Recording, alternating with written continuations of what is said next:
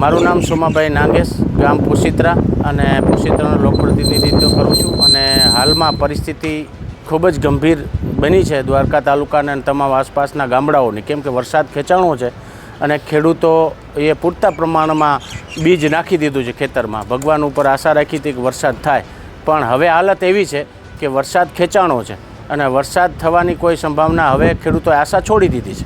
ખેડૂતો અને માલધારી સમાજ અને તમામ લોકોની પરિસ્થિતિ ખૂબ જ ખરાબ થઈ છે. તો અમે સરકારશ્રી આગળ એવી માંગણી કરીએ છીએ કે વહેલી તકે દુષ્કાળગ્રસ્ત જાહેર કરી અને પાકનું સર્વે કરવામાં આવે, માલધારી સમાજનું સર્વે કરવામાં આવે. જે પણ સહાય સરકારને ધારાધોરણ મુજબ આવતી હોય એ વહેલી તકે ચૂકવવામાં આવે, જેથી કરીને એક સહકાર મળે, સાથ સહકાર મળે અને ખેડૂતો બચી શકે, માલધારી સમાજ બચી શકે. માલધારી સમાજને ખાસ કરીને ચારો પૂરતા પ્રમાણમાં મળી રહે તો પશુધન બચી શકે, નકર પશુધન બચે એવી કોઈ શક્યતા રહેલી નથી. તો ચારો પૂરતા પ્રમાણમાં આપવામાં આવે.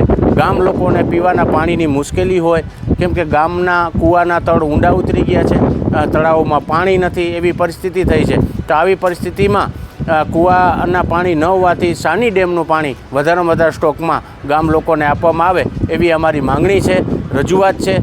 ખેડૂતોની હાલત બહુ કોપરી છે, કેમ કે વધારે પ્રમાણમાં મગફળીનું વાવેતર થયું છે અને મગફળીનું બિયારણ કેટલું મોંઘું હોય એ આપ સૌ જાણો છો. આ પરિસ્થિતિમાં ખેડૂતોને સહકાર સહાય કરે અને સર્વે કરવામાં આવે કે ખરેખર પાક નિષ્ફળ ગયો છે તો એનું તાત્કાલિક ધોરણે દુષ્કાળગ્રસ્ત જાહેર કરી અને એનું સર્વે કરવામાં આવે એવી અમારી માંગણી છે, સરકાર પાસેથી રજૂઆત છે.